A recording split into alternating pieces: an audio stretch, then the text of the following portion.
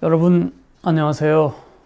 오늘도 노자 도덕경 제6장 강의를 이어서 할 차례입니다. 오늘 제가 제목 잡기로 노자왈예수 가라사대의 이 책에서 곡신불사, 계곡의 신은 죽지 않는다. 불사의 그 곡신과 기독교에서의 그 예수의 모친 성모 마리아, 마리아의 잉태, 노자 6장에서 오늘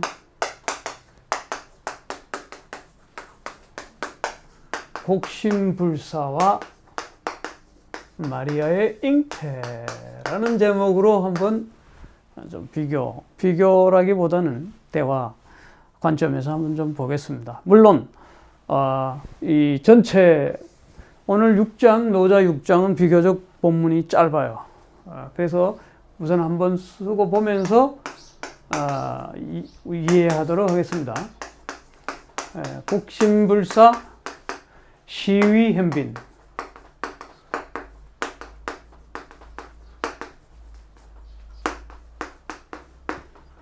이제 아주 중요한 단어들이 나오죠. 현빈, 검은 암컷, 직역하면 그렇습니다. 암컷의 이야기인데요. 이것을 일러 현빈, 현빈지문, 문이 이제 나오는데요. 현빈지문이 시위 천지근이다. 천지의 뿌리다. 그래서 이 뿌리에 대한 얘기를 하면서 이 뿌리가 몇몇 약존이라고 그래요. 몇면이 이어지는데 그 마치 존재하는 듯 안 하는 듯 몇면이 이어져요. 그래서 그것을 쓰고 써도 다함이 없다. 이제 붉은이라는 말이 여기 이제 이렇게 해서 끝나는데 아주 간단합니다. 오늘. 그래서 그러나 이 단어 하나하나를 우리가 생각하면 엄청난 얘기들이 또 전개되죠. 곡은 무엇이냐 이렇게 되는 거죠. 그러니까 노자의 6장에서 이 기본적으로 이 도에 대한 이야기가 81장까지, 38장까지가 이어지고, 물론 81장까지도 도와 덕에 대한 얘기인데, 이 도를 어떻게 설명할 것인가 하는 방식이 다양하다, 이런 얘기죠.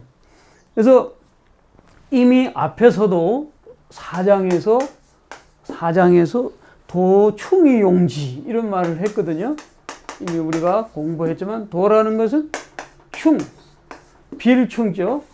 그러면서 이 쓰임이 있다. 이런 얘기예요. 그러니까 여기에서 용이라는 말이 나오죠.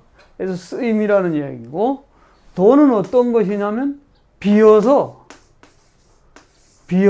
그 쓰임이 있다. 그러면서 사장에서도 허이불굴, 허이불굴, 비어있지만 이것이 다함이 없다. 이 다함이 없다. 그러니까 끊임없이 동의 유출, 움직이면 움직일수록 더 많이 나온다는 얘기를 사장에서 한 적이 있어요. 그러니까 역시 이 도의 그 비움이라고 하는 비움의 철학을 계속 이어간다. 허의 철학. 노자에게서는 가장 중요한 핵심 키워드가 이 비움의 철학인데, 이번에는 이 계곡을 들어가지고 그 계곡의 신은 죽지 않는다. 이렇게 얘기한단 말이죠. 그래서 이 계곡이 뭐냐에 따라서 여기 뭐 왕필이라는 학자, 위진해낙 시대 때, 그러니까 4세기, 어떻게 해석하고 있고, 또 하상공이라고 하는 이 지난번에도 이야기했는데 이번에는 하상공이 또 제가 많이 좀 중간중간 소개를 하려고 하는데요. 좀 특이하게 해석해요. 아주 색다르게. 맛이 완전히 달라요. 예. 그러니까 한마디로 하상국은 곡을 좀 이따가 본문을 보면서 이야기했지만 양, 이렇게 배양하는 거, 인간의 여러 가지 그 오장육부와 관련해서 신체 건강해서 잘 배양하면은 양신하면은 불사한다. 이제 이런 쪽으로 나가거든요. 양신불사. 이것이 바로 도교의 신선 사상으로까지 이제 나가는 하나의 기초를 갖다가 주는 그런 측면도 있어요. 그리고 이 신이라고 하는 것은 이제 신묘막측하다는 뜻에서 신이에요.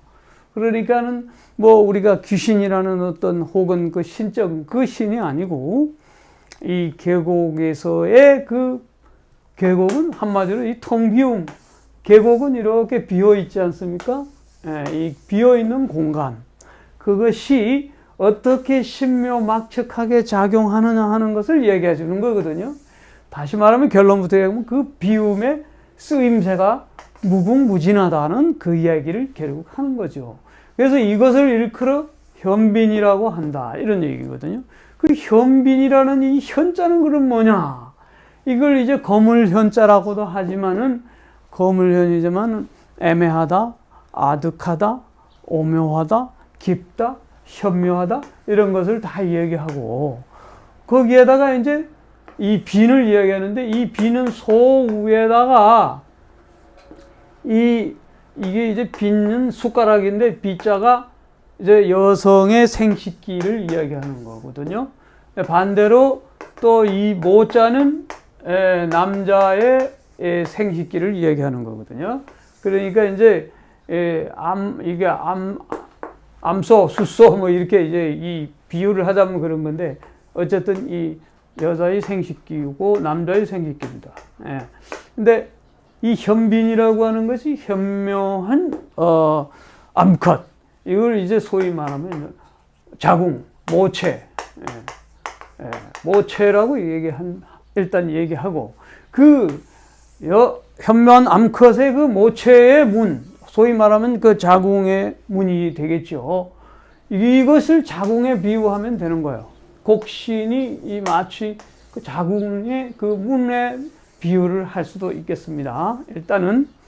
그래서 그 문은 뭐냐면 이 천지의 뿌리가 된다. 이 천지의 모든 만물이 생성되어 나가는 하나의 근원이 된다. 이 뿌리라는 것은 이제 소위 근원이란 말이죠. 근원.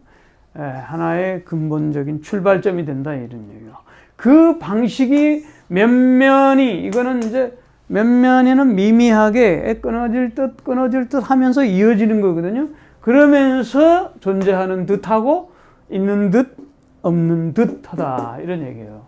그래서 그 쓰임새가, 이 용이 뭐겠어요?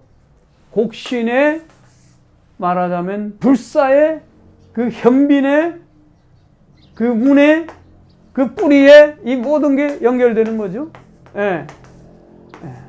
그 작용, 다시 말하면 곡신은 다름 아닌 비움의 도거든요. 그러니까 불사의 도, 이렇게 되는 거죠. 무궁무진한 그 작용의 변화, 그것이 불근이다. 근이라는 거는 이제 이거 다할 진짜, 다함이 없다. 무궁무진, 이렇게 되는 거죠. 무궁무진.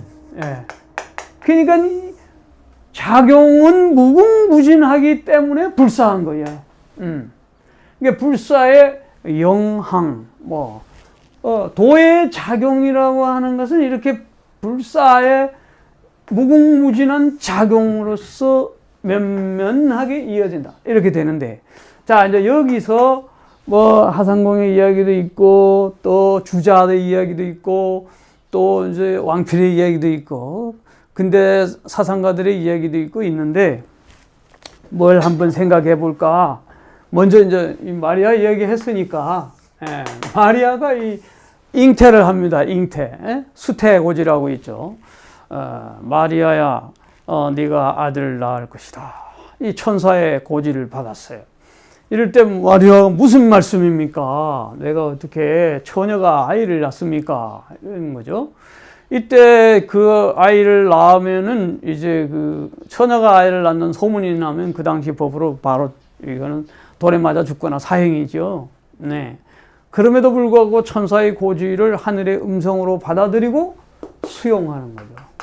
네. 그 말에 순종하여 복종하는 하면서 결국은 성령으로 이제 잉태되어 예수를 낳는다는 복음서의 탄생설화가 있습니다. 그것은 마리아의 수용성이거든요. 예, 하나님, 더 이상 변명하지 않겠습니다. 하늘의 명령이라면, 하나님의 명령이라면 수용하겠습니다. 이 곡의 정신은 바로, 곡신불사의 정신은 바로, 곡은 계곡에서 이 계곡은 이제 말하면 텅 빈 공간으로서 주어지는 그 허의 능수, 능이 수용할 수 있는 능력을 말하는 거예요. 그러니까 허의 수용성. 그러니까 이 용납과 관련이 되는 거죠. 그러니까 어떤 그 비움으로써, 자기를 부정함으로써, 자기를 비움으로써 어떠한 진리라든가 어떤 중요한 그 사실을 그 수용하는 그런 정신을 제가 이제 얘기했거든요. 이거는 하나의 그냥 간단한 비유지만 그 결과가 예수를 낳는 거죠. 예. 인류의 구세주 탄생. 이제 얼마 안 있으면 석가 탄생, 예수 탄생일이 오지만은 이런 탄생의 과정에는 엄청난 비움의 수용성이 먼저 있어야 된다. 그러한 이 곡신이 불사의 그 영원성 혹은 영항성, 항상성을 가지려면 바로 이 어떤 그 자기 부정의 비움이 먼저 있어야 된다. 이런 얘기에서 이제 제가 얘기를 했고요. 예. 기본 골격은 바로 이렇습니다. 이제 그런데 좀 더 우리가 맛을 보기 위해서 이 전체적으로 훑어가면서 본문에서 이렇게 그 하상공이나 왕필의 이야기를 조금 들으면서 정리해가면서 보도록 하겠습니다. 자, 곡신불사 시위 현빈짐은 시위 천지근, 맨맨약전 용기불근. 이렇게 되면 이는 짧은 단어이기 때문에 우리가 한번 애워보는 맛도 좋아요. 그래서 계곡의 신은 죽지 않는다. 이것을 일러 현무한 암컷이라 한다. 현무한 암컷. 현무한 암컷의 문은 시위 천지근, 천지의 뿌리가 된다. 맨맨약전, 맨맨이 이어져서 존재할 듯 말 듯 하는데 끊어지지 않는데 그 용 쓰임은 불근이다. 아무리 써도 다음이 없다. 이렇게 되는 거예요. 그런데 재밌는 거는 이제 물론 이 계곡은 이제 텅 비어 있는 상태라고 이 계곡은 그런 그 비유를 이미 했습니다. 근데 왕필 같은 경우에는 곡중앙 무자, 무라고 그랬어요. 곡중앙 무야. 곡의 이 중앙에는 아무것도 없잖아요. 무란 말이죠. 왕필은 이제 그런 식으로 무형, 무형. 형태도 없고 그림자도 없다. 무역, 무위. 거스름도 없고 위반되는 것도 없다. 그 다음에 수정불세. 고요함을 돈독하게 지키니 쇠퇴하지 않는다. 이런데 그런 것은 이제 왕필의 일반적인 우리 해석이고 지금 내가 보여드리려고 하는 것은 하상공의 얘기예요. 아까도 약간 언급했지만 이 곡이라고 하는 것은 배양하는 거다 말이죠. 기를 양자다.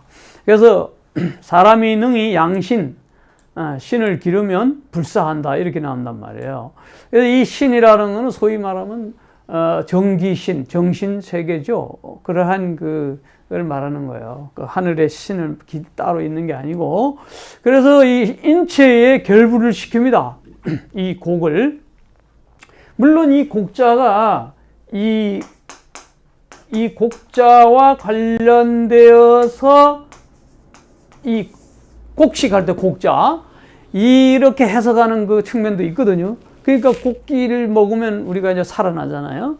그래서 이제 몸이 배양되고 이렇게 해서 잘 빼도 하는데 오장육부에다가 이제 집어넣어요. 그래서 이제 한번 보시면 신 위 오장지시냐. 여기서 이야기하는 이 신이라고 하는 것은 오장에 결부되는 신이라 이렇게 되는 거예요. 그러니까 정기신인데 옛날에는 이 정과 기와 이 기, 신, 이 세 가지잖아요. 이것을 따로따로 보지 않고 하나로 봐버렸어요. 그러니까 이 기자만 빼고 정신이라고 요즘 얘기하는데 이 곡기의 기신 이런 거를 염두에 두고 이야기하면 돼요. 그걸 먹어서 우리가 인체가 이제 배양이 되기 때문에 그래서 이 오장지신을 말하는데 그 중에서는 간장, 간에 들어가는 걸 이제 혼이라 하고 폐장, 폐에 들어가는 거를 백이라고 해요. 혼백이라고 할 때 백. 그 다음에 이제 이 심장에 들어가는 걸 신. 그 다음에 비장에 들어가는 게 지라. 거기는 의. 그 다음에 신장. 뭐 콩팥 관련된 이 신장은 이게 정하고 또 지하고 이렇게 배열을 시켜요. 요걸 설명하자면 또 이제 한참 해야 되는데 따로 특별히 선전하지는 않고 있어요. 그래서 진상, 오장이 아주 그냥 상하게 되면은 바로 오신이 죽는 거다 말이죠. 이렇게 돼버려요. 그래서 특별히 이런 식으로 잉체의 오장에 비유하는 그런 모습을 우리가 봅니다. 그런데 이제 우리가 이게 주자는 그러면 이 곡을 어떻게 했냐.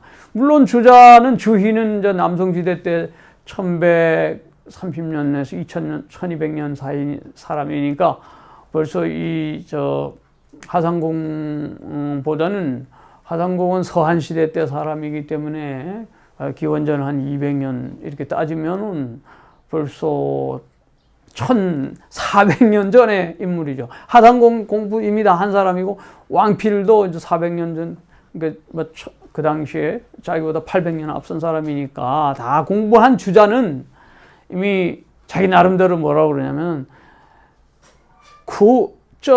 시 능쇼 이렇게 곡은 바로 다름 아닌 허의 능쇼 능이 이 수용할 수 있는 이 비어서 수용할 수 있는 것으로 뭐 우리가 그렇게 생각하는 거잖아요. 비어서 모든 걸 수용할 수 있는 여기에서 관용과 여기서 이제 이거를 한번 크게 한번 보면은 허의 능수 이렇게 수용성을 얘기하는 거야. 그래서 신은 또 뭐라고 그러냐면 이제 곡신할 때 신은 무, 소, 불, 이렇게 돼요. 그러니까 무엇이든지 거기에 응하지 못하는 것이 없어요. 비어 있으면 그냥 다 응할 수 있는 엄청난 수용성을 말하겠죠. 그래서 이 도는 그에게 있어서 주자에게 있어서 도는 상도, 곡신불사의 도는 상도예요, 상도.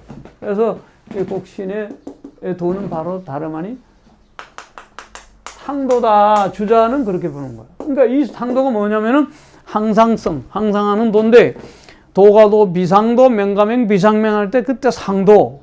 그러니까 도의 본체적인 모습을 말하는 거야. 그 도의 본체적인 모습이 바로 이 곡신의 모습이다. 이제 이런 얘기죠.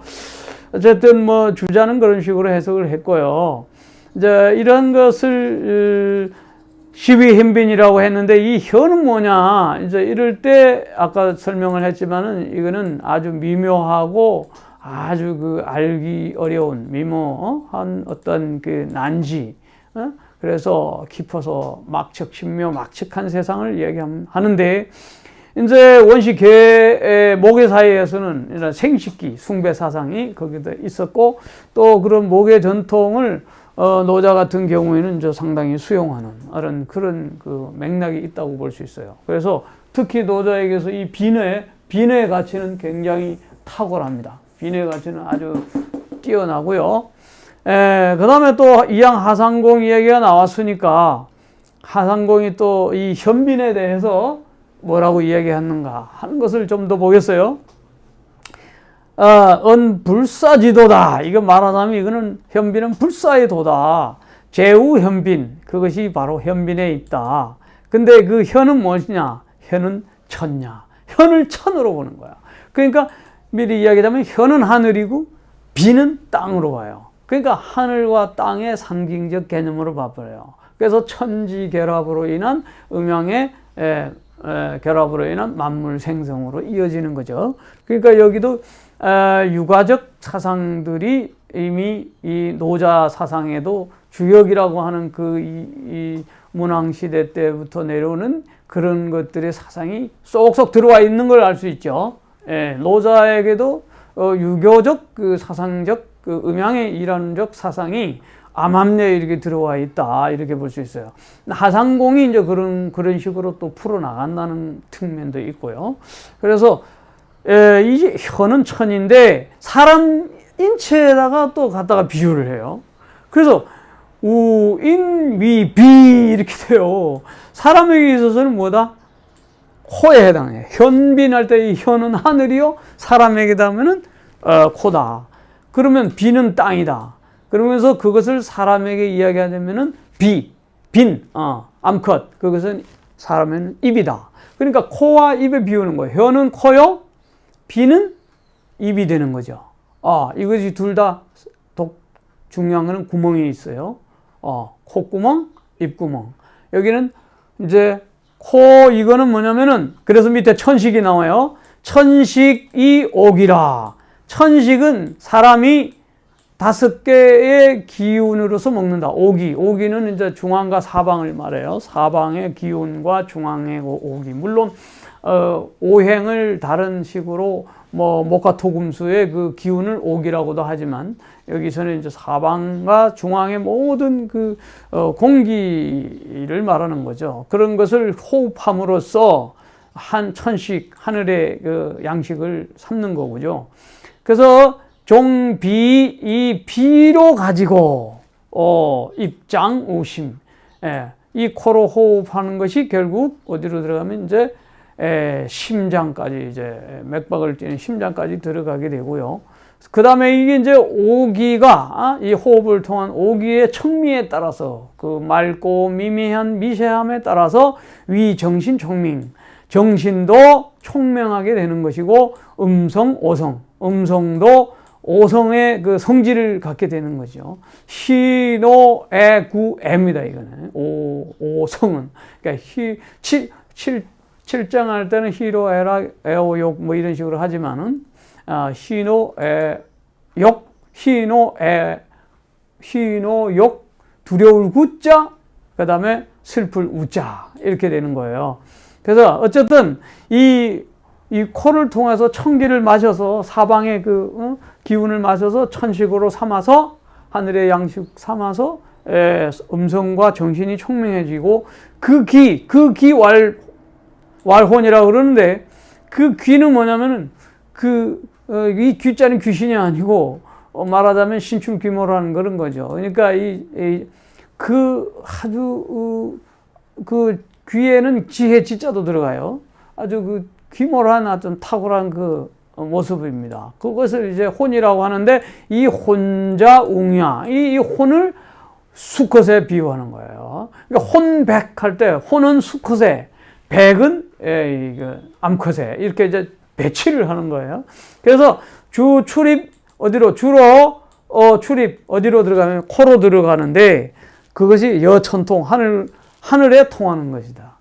그 다음에 이 비위는 해냐, 코는 그래서 이것을 현이라고 한다. 이렇게 이야기하면, 반대로 아까는 천식을 말했지만 이번엔 지식이에요. 땅의 양식이죠. 그것은 오미, 5가지 맛인데, 이거는 중국말로 酸, 튀엔, 쿨라, 시엔. 그러니까 시고, 달고, 쓰고, 맵고, 짜고, 이 5가지 맛을 이 땅에서 우리가 맛봄으로써, 그래서 종, 입장, 우, 위, 입으로 들어가서 이제 위에 이렇게 위장으로 들어가지 않습니까? 그 다음에 이제 오미, 탁욕, 오미의 아까 말한 5가지 맛이 어떤 그 흐리고 농후하고 이런 거에 따라서 형해 골육, 그러니까 형체와 이 몸이, 골육이 이제 형성이 되는 거고, 혈맥도 육정이라고 그래요. 육정, 이게 7정이 아닌 6가지 이제 정이야. 7정 중에 하나가 빠진 어떤 그 감정. 이게 피도 그 담즙질, 서양에는 뭐 여러 가지 점액질 이런 식으로 분류하듯이 고대에는 이런 또 육정으로 성질과 기질을 얘기한 것 같아요.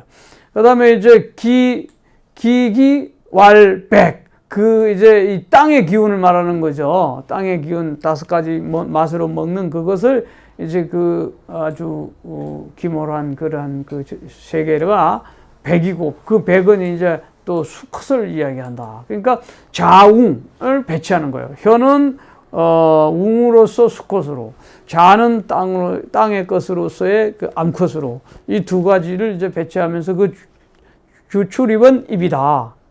사람의 입을 통해서 이제 드러나가는 것이고, 그래서 이것은 땅과 더불어 통하는 것이고, 그러므로 이 입은 이 빈에 해당한다. 이런 식으로 이제 그 현과 빈을 구분해서 설명하고요. 현은 하늘에 통하는 것이고 사람의 코에, 빈은 땅에 통하는 것이고 사람의 입에, 오미, 오기 이런 것의 작용으로서 이제 인체의 그 5장의 그 신들이 잘 활발하게 그거 작용할 때 불사하게 된다. 이런 정도까지 나가요. 그러니까 하상공이라는 사람이 이런 그 도교의 뭐 장생술 같은 신선 사상의 하나의 그 원초적인 어떤 그 단초를 제공하는 그런 모습을 볼 수 있죠. 자, 이제 또 현빈지문 시위 천지근이라는 걸 한번 생각해 보면, 현빈지문 현묘한 암컷이 천지의 뿌리다라고 했을 때, 이 어떤 그 천지가 만물이 생성되어 나가는 그 근원이라는 뜻이거든요. 그래서 이제 인도에 가게 되면은 그 시바 템플 같은 게 있죠. 인도에 가면은 시바 사원이 있어요. 시바와 비슈누와 브라마, 이 인도에서는 이 삼신이 거의 뭐 일체라고 이제 이게 보는데, 각기 자기의 성향에 따라서 시바를 신호하기도 하고 비슈누를 선호하기도 하고 브라마를 선호하기도 해요. 시바는 이 우주의 창조와 파괴를 관장하는 신이거든요. 이 비슈누는 이제 아바타라라고 해가지고 화신, 심지어는 석가모니도 힌두 신의 한 사람으로 화신이라고 봐버리는 거예요. 그리고 이제 여러 가지 10개 화신들이 있는데, 마지막에 이제 그 화신이 나타날 때는 종말적으로 구원을 받는다. 온 세계가 뭐 그런 것들이 있어요. 화신이. 그 부처도 마찬가지로 그런 화신 중에 하나다. 이제 이 브라마는 오로지 이 창조만을 관장했는데 인기가 별로 없어서 요즘은 잘 안 믿고, 이 시바가 가장 강력한 그 템플을 유지하는데, 거기 보면 역시 창조와 파괴를 동시에, 죽음을 동시에 관장하니까, 이 시바에, 내가 왜 이야기를 하냐면, 이 시바 템플 가면은 꼬나락이나 카주라오라 이런 템플에 가면은 그 안에 이제 모시고 있는 게 있는데, 이게 이제 그 남자의 그 성기를 상징하는 거예요. 이거를 남자의 성기를 상징하는데, 이걸 링가라고 그래. 링가. 그래서 이거 시바의 링가라. 시바 신의 남근이에요. 남근. 그러니까 이 시바의 상징으로서의 남근이거든요. 왜 그런가? 이 남근의 밑에다가 시바 사원의 제일 안에 들어가면은 지성소가 있는데, 그 지성소 안에 이 링가가 딱 돌로서 반질반질하게 이게 만들어 놨어요.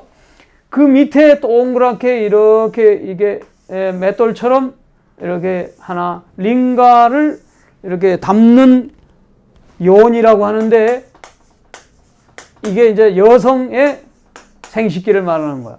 여성 생식기를 밑에 배치해 놓고 남근이 이제 거기에 딱 꽂혀 있어요. 이것이 시바 사원의 가장 깊숙한 지성소에 이게 들어가 있어요. 여기에다 이제 물을 붓고, 겐지스강에 물을 붓고, 또 꽃을 바치고, 뭐 이렇게 경배를 하는데, 이 템플 바깥의 외부에는 전부 많은 그 미투나상들이 있어요. 예. 남녀 교합상들이 많이 여기 있어요. 그게 왜 그러냐면 남녀가 교합이 되음으로써 끊임없는 생성을 계속하게 되잖아요. 예, 그러니까 이거를 뭐라고 그러냐면은 가르바그라라. 그러니까 이 우주의 모태다 이거예요. 이게 엄청난 우주가 펼쳐지는 전개의 그 시바의 창조적 생식력, 이제 그런 것이 그 성전 안에 있는 거예요. 그러니까 인도의 신화지만 중국에서도 이러한 그 현빈의 문, 현빈지문 천지근이다. 이렇게 현빈의 그 문이 천지의 뿌리가 되어서 이래서 그 작용이 무궁무진하게 만물을 생성시켜 나간다 이런 얘기죠.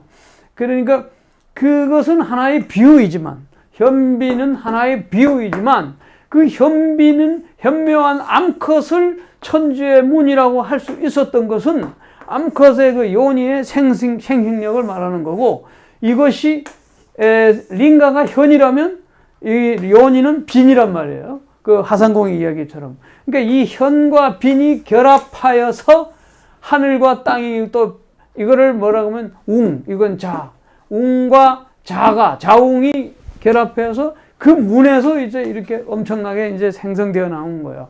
그러니까 곡신이라고 하는 것도 이 산에 이제 말하자면 높은 산을 이제 산은 뭐겠어요? 이 지구의 높은 하나의 지정을 이야기하고 위에는 이제 하늘이 따로 있죠. 천지. 그 지혜의 생성력은 바로 생산력은 이 빈 공간에서부터 시작된다. 이제 그래서 이 비움의 생산력, 무궁한 생산력. 그래서 이제 결론적으로 얘기하자면은 이러한 비움이 있기 때문에 만물이 생성되듯이 우리도 어떤 마음 속에 그 비움을 가지고 있어야 어떤 그 링가도 뭐 수용할 수도 있듯이 어떤 그 널리 만물이 발전하는 혹은 그 생성하는 과정에 그 자연의 원리처럼 나도 그러한 그 순응할 수 있는 그런 원리를 지니게 되지 않는가, 이제 이런 얘기를 좀 드리고 싶었고요. 그리고 또 왕필은 이 현빈 지문에 대해서 또 어떻게 이야기하냐면은 처비 불가등명, 안에 낮은 곳에 처하여 있음으로써 이름을 갖지 않는 것, 이름이 없다. 비천한 곳에 있어 이름이 없지만 그러나 이것이 천지의 뿌리가 된다. 그러니까 낮은 것을 또 왕필은 얘기해요. 그래서 이 문이라고 하는 것은 또 동시에 태극동체, 여태극동체라고 그래요. 그러니까 이 왕필은 이 문을 태극에 비유를 하고 있습니다. 그러니까 태극이라고 하는 것이 주역개사전에서 나오듯이 뭐예요? 공자가 주역개사전에서 이야기했지 않습니까? 이름일량지도, 그리고 태극시생양이, 태극에서 음양이 나온다, 이렇게 이야기한 것처럼 이것이 바로 문이, 천지의 문이 태극이고 이 태극에서 나오는 것이 이제 음양으로 모든 것이 암수가 나오는 하나의 전개 과정으로도 이렇게 또 얘기를 했다. 이제 이런 길을 얘기했고요. 이 뿌리를 또 하상공은 어떻게 또 얘기하냐면은 이 근은 또 원이다. 이 뿌리를 원기할 때 으뜸 원, 본래 원 이런 뜻이잖아요. 그래서 이것이 코와 입의 그 문이지만, 이 뿌리는 문이지만 또 내시 통천지 원기 소위왕래 이렇게 돼요. 그러니까 하늘과 통하는 이 원기다 말이에요. 원기. 그래서 이제 원기라는 말을 씁니다. 이 뿌리가 하나의 원초적 기운으로서 이제 그래서 하늘과 통하는 하나의 통천하는 그런 기운으로서 왕래가 가능하다. 결국 우리 호흡을 말하는 거죠. 호흡을 통해서, 이 문을 통해서 우리가 기식을 하고 사는 거죠. 그래서 이제 그런 하상공의 입장은 상당히 우리 건강한 삶의 호흡과 관련된 또 먹거리와 관련된 그 삶의 작용을 이야기하는 거고요. 그러면서 또 그러므로 용기, 이제 원기니까 이 기를 사용할 때 있어서 용기라는 말을 또 쓰는데, 당관소, 응당, 넓게 널리 펼쳐라. 뭐 직역을 하자면 용기 당관소. 그러니까 이 기를 사용함에 있어서 우리가 이제 이 허의 기운을 갖고 사는 거죠. 이 곡신의 허의 기운을 가지고 좀 그 사용할 때 있어서는 어떻게 사용하나? 관용, 서, 펼칠서, 넓게. 이게 도량이 넓은 거는 자궁의 그 말하자면 공간이 넓은 만큼이나 수용성이 넓고, 또 이 마음의 그 기를, 관용의 기운을 널리 담고 있을 수 있다. 그것이 그릇이 넓을수록 그 공룡은 무궁무진하다, 이런 얘기입니다. 자, 이제 제가 이제 결론을 내리겠습니다. 뭐 여기서 공자 이야기도 있고 타격, 아까 공자는 이제 이 산에 인자요산이라고 하잖아요. 공자는 인자요산. 사람은 어린 사람은 산을 좋아하고 지자요수, 지혜로운 사람은 물을 좋아한다. 뭐 이러지만 이 노자는 그 산 꼭대기보다는 오히려 곡을 좋아해요. 그래서 곡에 대한 이야기를 여러 군데서 하고 있어요. 그래서 뭐 41장에도 보면은 상덕 약곡이라고 그래요. 노자 다른 편에 보면 숭고한 덕은 마치 계곡과 같다. 뭐 이런 식으로 이야기하고 있고, 또 32장에도 보면은 비도지제 천하 유천곡 지우강해. 그러니까 한 강과 바다로 나가는 그 수많은 계곡들, 계곡들이 마치 도가 이게 천하에 이게 흘러나가는 어떤 그 모습하고도 비유를 한 적이 있어요. 그 다음에 28장에 보면 지기웅 수기자 위천하곡, 바로 오늘 자웅, 그러니까 수컷과 암컷의 얘기를 했는데, 그 암컷을 알고 수컷을 또 동시에 간직할 줄 아는 거. 그러니까 지기웅 수기자, 웅은 뭐예요? 그 수컷이죠. 수컷을 알면서 동시에 수기자, 암컷을 잘 간직할 수 있는 사람은 천하의 계곡이 될 수 있다. 그러니까 음양의 그 모든 이치를 잘 포용하고 수용할 수 있는 그 수용력을 가진 사람, 그 사람은 이 천하의 계곡이 될 수 있다. 아까 말한 계곡은 상덕이 약곡이라고 했듯이 그와 같은 그 사람이 될 수 있다. 그래서 이제 우리도 과연 그런 얼마나 계곡같이 살 수 있을까? 이게 결론이에요, 사실은. 그러니까 이제 우리의 마음을 계곡처럼 얼만큼 늘 텅 비우는 가운데 그 용도가 많아진다. 그 사장에서 도충이 용지, 도는 비어서 쓰임이 많다 하는 것처럼 탁약의 비유도 했지 않습니까? 그거 풀무지를 비어 있기 때문에 그 풀물을 계속 돌리면 돌릴수록 더욱더 바람이 많이 나오는 것처럼 우리의 삶 또한 정말 얼마나 비울 수 있는가 하는 것이 관건인데, 나는 뭐 비울 거 없다, 가난하고 뭐 이래서 비울 거 없다 하지만 절대 그렇지 않거든요. 이 세상에 뭐 부와 가난의 문제를 떠나서 우리의 마음의 가난은 굉장히 끝없는 그 비움. 그래서 또 노자도 그래. 손지우손, 비우고 또 비우면은 무의에 이른다, 이런 얘기를 되거든요. 그러니까 우리가 무의를 이야기할 때 있어서 가장 중요한 거는 이 비움의 철학을 얼만큼 실현할 수 있는가, 이게 이제 굉장히 관건입니다. 물론 비움을 또 다르게 이야기하자면은 할 얘기가 많습니다만은 그 필요 이상의 것들을 많이 가지려고 하는 욕심, 그것을 비워라 이런 얘기죠, 사실은. 그러니까 일단은 오늘 우리가 곡신불사 시위 현빈지문 시위 천지근이야. 천지의 뿌리가 되고 몇몇 약존 용기불근하는 이러한 그 곡신의 세계, 그거는 마치 마리아의 그 수태고지를 들었던 것처럼 우리가 그런 정신으로 살아간다면 얼마나 좋을까 이런 생각을 합니다. 마지막이라도 한 말씀만 더 한다면, 예수가 용서를 할 때 베드로가 물었어요. 얼마나 해줘야 될까 했을 때 7번이면 좋습니까 했을 때 70번에 7번도 좋다 그랬거든요.